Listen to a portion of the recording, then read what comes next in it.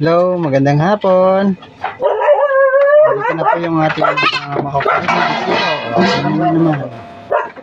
Ayan.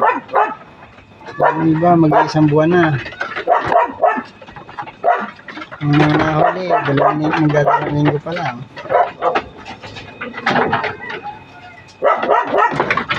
Ito yung mag-iisang buwan. Ang liliksi. Ang liliksing mga bisiro. May iba doon, nanginginain sa dulo. 21 na po yung ating mga kambing. 12 ang lalaki at siyam yung mga bisiro. Yan. Ito yung mga naunang pinanganak.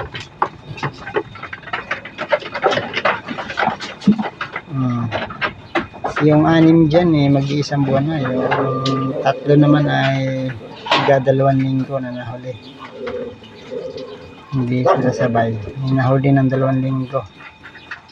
Yung dumididi na yan, nahuli yan. Hindi pa kumakain. Ito mga mag-iisang buwan na kumakain. Yan ano yan, talon. Ikot ng ikot sa kulungan. Pagpunta rin sa dulo, babalik niya naman yan. Tinakbo. Wala. Nawala yung makukulit. Siyam po ang ating mga bisiro.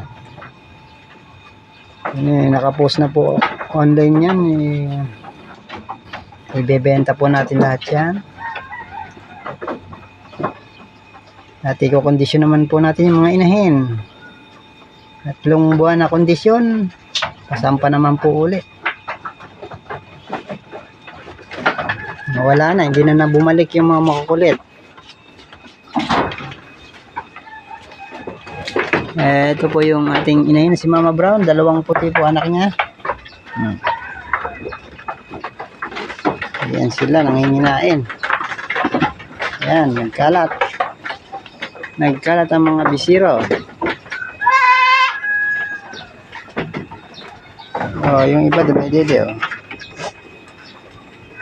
Ito yung nahuli-huli. Pinakahuli, anak ni Tisay. 2 linggo pa lang. Yung 2 linggo hindi pa kumakain. Pero yung mga mag-iisang buwan na, ayan, ubod na nililikot na, nagtitinakbo rito. Nakikisabay na yung iba rin sa malalaki.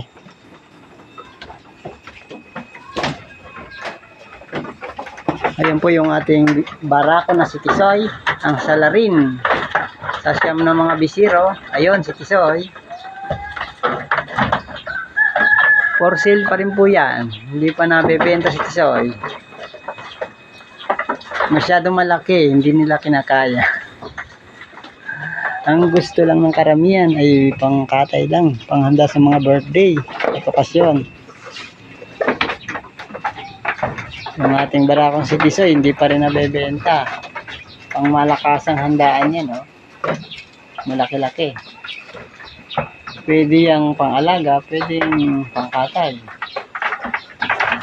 Budget meal na lang yan. Dahil malalaki na yung ating 2 barako. Ito yung isa natin barako, kulay brown, si Pogi. 37 kilos na yan, Yung isa naman, ayun, Dingdong, yung pangatlo. Ayan. Nagitnaan nila yung babae. Ayan po yung 2 natin barako. Ayan. Ayan yung si Dingdong. 31 kilos na yung si Dingdong. At ito naman si Pogi, 37 kilos. Si Tisoy, hindi pa rin na-dispatcha. Ayan, malalaki na naman yung mga bisiro natin, maliliksi. Ayan. Nanginginain ng mga nauna.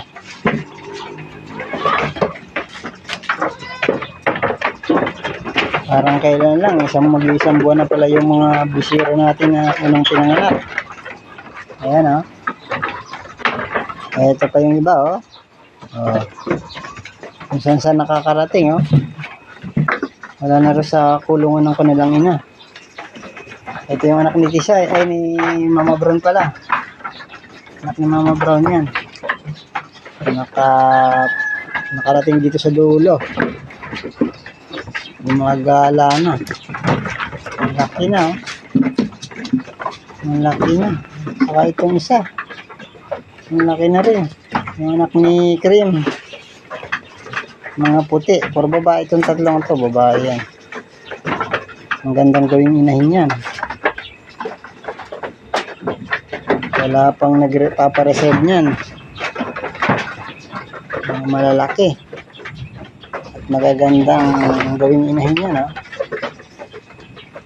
Malalaking bulas. Ayan o. Oh. Ayan ang kanilang papang. Si Tisoy.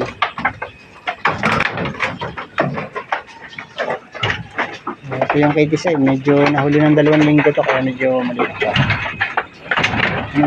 So yung Tisoy sa hindi niya anak. Ayan. Nagkalat ang bisiro. Nagkalat. Ang laki nitong isang ito. Oh. Isang maganda rin to. Babae. Ang isang to babae rin. Kulay brown. May puti siya na oh. Ang ganda. Ayan. Mga kambing. Puno na ang ating goat house. Ang daming kambing. Ano? Oh, puno. Ayan. Ayan. For sale po lahat ng mga bisiro. Wala pa nagpapareserve. Ito po ay nakapost na po lahat sa Facebook. Sa ating mga groups. Para sa gusto ng mga alagain. Yan, mga bisiro. Out natin yan. Mga katapusan na ng August. Out na natin. Hindi na natin pabuti ng September yan. 4 months. Out na natin yan. Ayan. Hanggang dito lang po muli sa araw na to. Happy farming everyone.